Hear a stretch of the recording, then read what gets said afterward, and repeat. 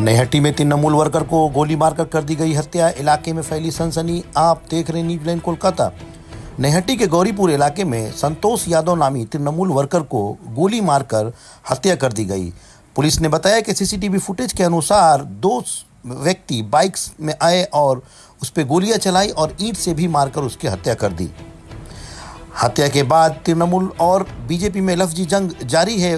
तृणमूल के एमएलए सनत दे ने कहा कि ये अर्जुन सिंह के गुंडे हैं जिन्होंने तृणमूल वर्कर पर हमला करके उससे हत्या कर दी। वहीं अर्जुन सिंह ने बताया कि ये तृणमूल का आपसी मामला है और आपसी दुश्मनी के कारण भी उस पर हत्या हुई। उधर इलाकाई लोगों ने राजेश साव नामक व्यक्ति के जिस पर ये इल्ज़ाम लगाया गया कि उसने ही ये हत्या करी है, उसके घर पर हमला कर दिया और उसके घर के लोग घर छोड़कर फरार हो गए हैं। बताया जाता है कि वहाँ पर बीजेपी ऑफिस पर भी हमला कर गया है और तोड़फोड़ की गई है। इसी बीच नवन्नों से यह खबर आई है कि आलोक राजौड़िया जो पुलिस कमिश्नर थे बैरकपुर के, उन्हें ट्रांसफ़र कर दिया गया और उन्हें ट्रैफिक की जिम्मेदारी सौंपी गई है और इस इलाके में पुलिस कमिश्नर के तौर पर फिर से अजय ठाकुर को बहाल किया गया है। ऐसी तमाम तर खबरों के लिए आप देखते रहिए न्यूज़ कोलकाता। न्यूज़ चैनल के साथ बने रहिए और हमारे न्यूज़ कोलकाता फेसबुक पेज को भी लाइक कीजिए। आइए इस बारे में लोगों का क्या कहना है, उनकी ज़बानी सुनते हैं।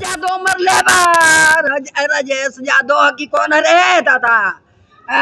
गोली चला, गोली से मार के बाबू का हमार कपड़ा उड़ा भाई हो दादा। आई हो दादा नतिया का बेटा। अरे कैसे मुंह देखाई रे गौरीपुर में रे दादा। ঘটনাটা আমাদের দলের সক্রিয় কর্মী সন্তোষ যাদব সে বাড়ি ফিরছিল, এমন সময় অর্জুন সিং এর পোষা গুন্ডা রাজেশ সাউ, যাকে ধাওড়া বলে ডাকে, রাজেশ সাউ এবং চিন্টু সিং সহ ৮-১০ জন এরা ওকে ঘিরে ধরে। ওকে পরপর 4 রাউন্ড গুলি চালায়। একটা ঠিক কপালের মাঝখানে লাগে, একটা এই নাকের উপরে লাগে, একটা এইখানে লাগে। 3টে গুলি ওর রয়েছে আর একটা গুলি কানের পাশ দিয়ে বেরিয়ে যায়। 4 রাউন্ড গুলি করলে ওখানে আমাদের দলের ছেলেরা খবর পেয়ে ওকে তুলে নিয়ে নৈহাটি হাসপাতালে আসে। এখন মৃত বলে ডাক্তাররা ঘোষণা করেছে। দেখুন, লোকসভা নির্বাচনে অর্জুন সিং হেরে যাওয়ার পর থেকেই এই সন্তোষকে মারবার জন্য বহুবার টার্গেট করেছে। এটা অর্জুন সিং তার ক্রিমিনালদের দিয়ে এই গুলিটা করিয়েছে। এই রাজেশ, চিন্টু এদেরকে দিয়েই এই মারিয়েছে। এরা ক্রিমিনাল, এরা মানে রিনাউন্ড ক্রিমিনাল এখানকার। তাহলে অজয় প্রসাদকে কে মেরেছিল? যে মেরেছিল 1.5 মাসের মধ্যে তাকে ছাড়িয়ে এনে এই পার্থভৌমিক তাকে এলাকায় ঢোকাতে গিয়েছিল। তখন সনত আর বিষ্ণু অধিকারী টিমের মধ্যে মারামারি হয়েছে, পালাতে হয়েছিল পুলিশকে। এই ছেলেটা যে সন্তোষ যাদব যে খুন হয়েছে, 7টা চালায়, 7টার বুকি আছে, ওখানে একটা লোটো চলায়। এই সবার পিছনে কিন্তু গুড্ডু বলে একটা ছেলে আছে, লোটোর মালিক। ও পার্থভূমিকে স্পন্সর করে, সনদকে স্পন্সর করে, ওখানে পুরো জায়গাটা সব 2 নম্বরের বিজনেসটা ওটা ক্যাপচার করছে। এবার এই গন্ডগোল সন্তোষ যাদবকে 21 সালে গুলি মেরেছিল। 2-3 বছর আগে ওকে গুলি মেরেছিল, প্রাণে বেঁচে গেছিল যে রাজেশটা। মাঝে মাঝে এদের ওই কে জমি ওখানে বেচবে তার জন্য গন্ডগোল।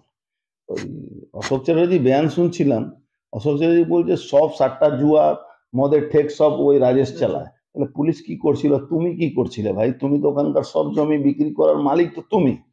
যত গৌরীপুর জুট মিলে জমিগুলো, লাইনগুলো যে বিক্রি হচ্ছে, ওখানকার মেশিন চুরি করে বিক্রি, সব তো নেপেথ্যে অশোক চ্যাটার্জি আর সনদ দে আর এই গুড্ডু। ওখানে এই জমিগুলো ব্যবসা নিয়ে গন্ডগোল হয়েছিল। আরো 2 দিন আগে আবার মারামারি হয়েছিল এদের মধ্যে। মারামারি হওয়ার পরে এদের কি বলা যায়, মারামারি হয়েছিল, মারামারিতে এফআইআর হয়েছে। এফআইআর হওয়ার পরেও এদেরকে পুলিশ কোনো অ্যাকশন নেয়নি। পুলিশ যদি অ্যাকশন নিত আজকে এই ঘটনাটা ঘটতো না। কারণ নামে এফআইআর হচ্ছে, পুলিশদের ডাকতো, ধমকাতো, চমকাতো বা জেলে ঢুকাতো, অ্যাকশন হতো না। আজকে থানায় আজকেও মারামারি হয়েছে। মারামারি হওয়ার পরে থানা যাওয়ার পথে এই গন্ডগোলটা হয়েছে। এরা 6 জন ছিল না 5 জন ছিল, আর ও যাচ্ছিল থানা, ওকেও থানা যাচ্ছিল, ওকে ধরে পিটিয়ে মেরে দিয়েছে। এই হয়েছে ঘটনা।